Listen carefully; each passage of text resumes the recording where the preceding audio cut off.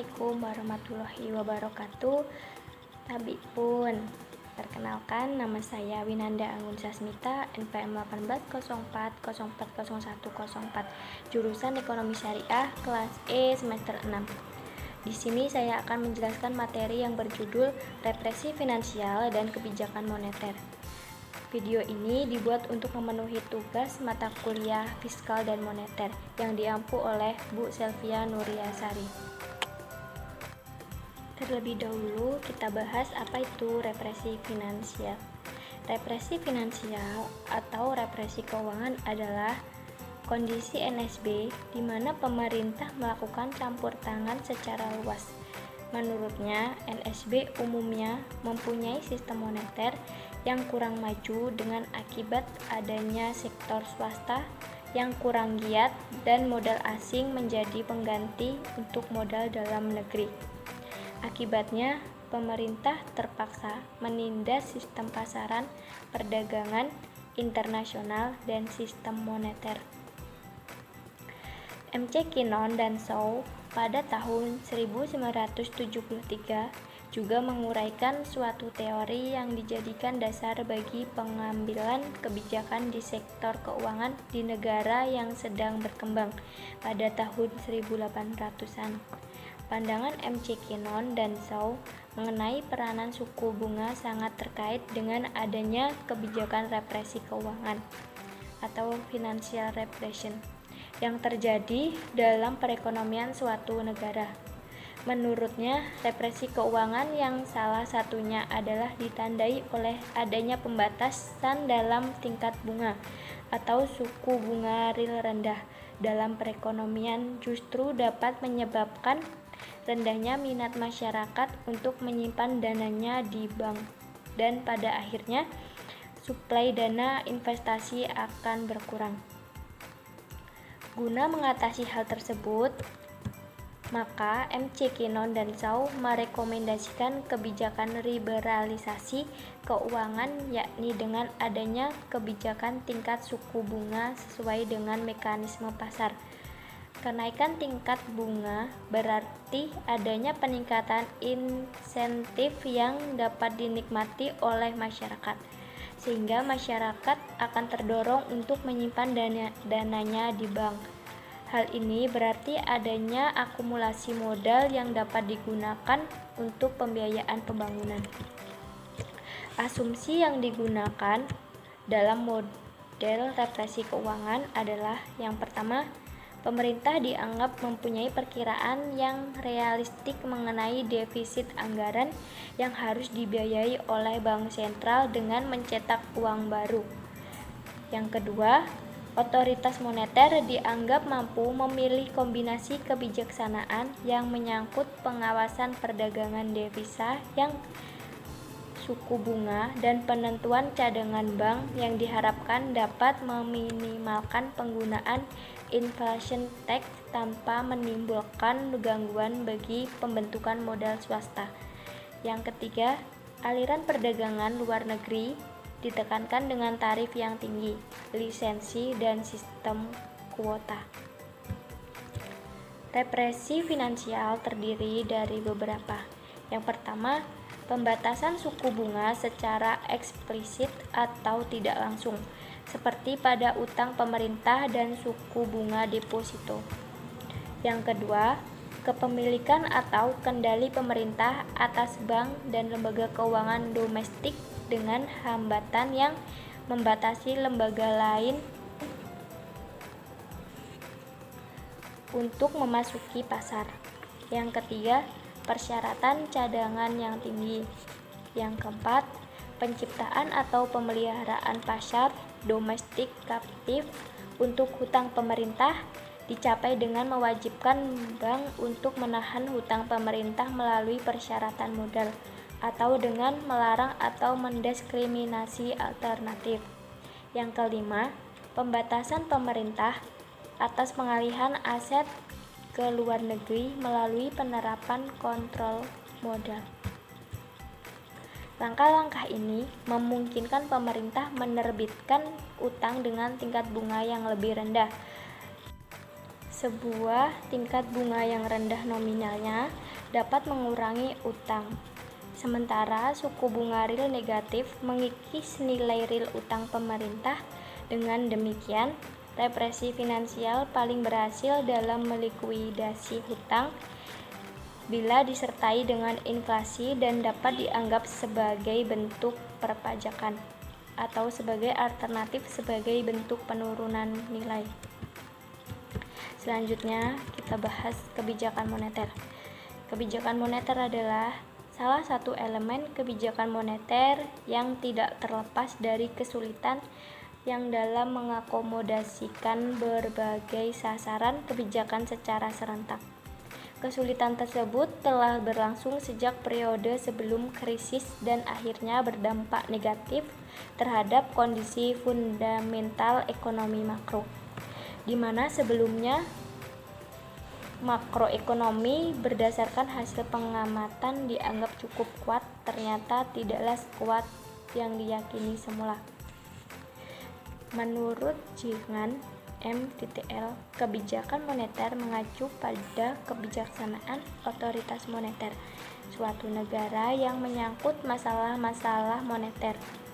Kebijaksanaan tersebut dapat didefinisikan sebagai kebijaksanaan yang berkenaan dengan pengendalian lembaga keuangan, penjualan, dan pembelian secara aktif kertas-kertas berharga oleh otoritas moneter sebagai ikhtiar sengaja untuk mempengaruhi perubahan keadaan uang. Menurut Sadono Sukirno, analisis kebijakan moneter dengan mempertahankan suku bunga melalui perubahan-perubahan penawaran uang ternyata akan menimbulkan fluktuasi yang besar dalam pendapatan nasional dan kegiatan ekonomi.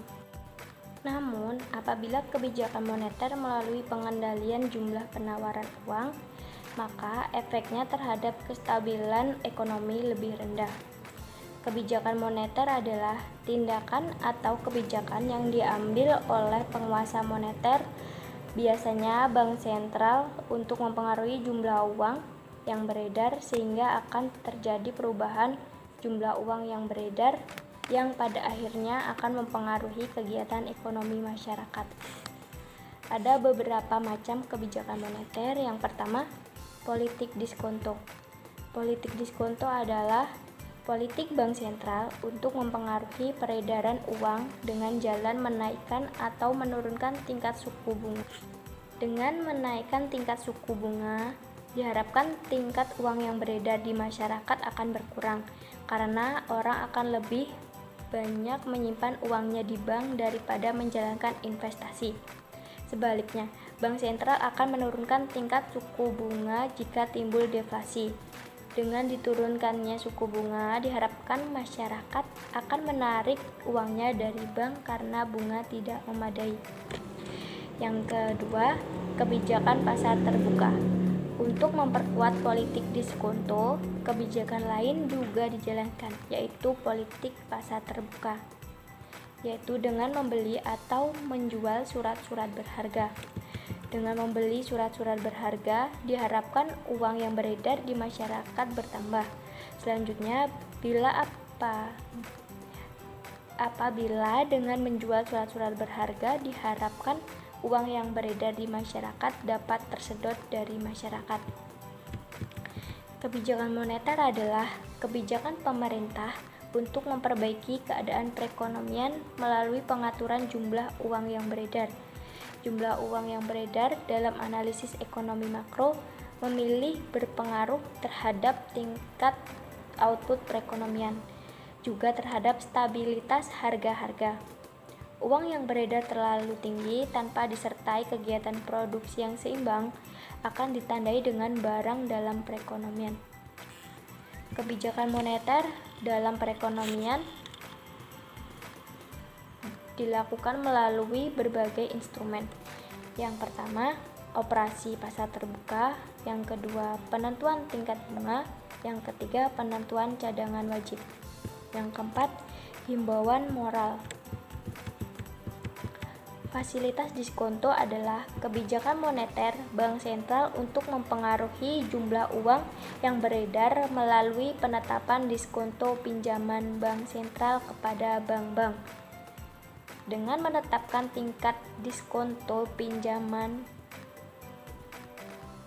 yang tinggi, diharapkan bank-bank akan mengurangi permintaan kredit dari bank sentral yang pada gilirannya akan mengurangi jumlah uang beredar. Sebaliknya, penetapan tingkat diskonto yang rendah akan meningkatkan permintaan pinjaman bank sentral yang selanjutnya akan menambah jumlah uang beredar. Indikator dan orientasi kebijakan moneter yaitu: yang pertama, tingkat suku bunga. Kebijakan moneter yang menggunakan suku bunga sebagai sasaran antara akan menetapkan tingkat suku bunga yang ideal untuk mendorong kegiatan investasi. Apabila suku bunga menunjukkan kenaikan melampaui angka yang ditetapkan, bank sentral akan segera melakukan ekspansi moneter agar suku bunga turun sampai pada tingkat yang ditetapkan tersebut, dan begitu pun sebaliknya. Yang kedua, uang beredar. Kebijakan moneter yang menggunakan moneter agregat atau uang beredar sebagai sasaran menengah mempunyai dampak positif berupa tingkat harga yang stabil. Apabila terjadi gejolak dalam jumlah besaran moneter, yaitu melebihi atau kurang dari jumlah yang ditetapkan, bank sentral akan melakukan kontraksi atau ekspansi moneter sedemikian rupa sehingga besaran moneter akan tetap pada satu jumlah yang ditetapkan. Dalam melaksanakan kebijakan moneter, Bank Indonesia menganut kerangka kerja yang dinamakan Inflation Target Framework atau singkatan dari ITF. ITF merupakan suatu kerangka kerja dengan kebijakan moneter yang diarahkan untuk mencapai sasaran inflasi yang ditetapkan ke depan dan diumumkan kepada publik sebagai perwujudan dari komitmen dan akuntabilitas Bank Sentral. ITF diimplementasikan dengan menggunakan suku bunga kebijakan sebagai sinyal kebijakan moneter dan suku bunga pasar uang antar bank sebagai sasaran operasional. Kerangka kerja ini diterapkan secara formal sejak 1 Juni 2005 setelah sebelumnya menggunakan kerangka kebijakan moneter dengan uang primer sebagai sasaran kebijakan moneter. Demikianlah yang dapat saya sampaikan. Apabila ada kekurangan, saya mohon maaf. Wabillahi taufiq wal hidayah. Wassalamualaikum warahmatullahi wabarakatuh. EIN Metro has 4 faculties and 1 graduate program. H Department in Faculty of Tarbiyah and Teacher Science. 3 Department in Faculty of Sharia. 4 Department in Faculty of Economics and Islamic Business. 3 Department in Faculty of Usuluddin, Adab and Da'wah. And 4 Department of the Graduate Program.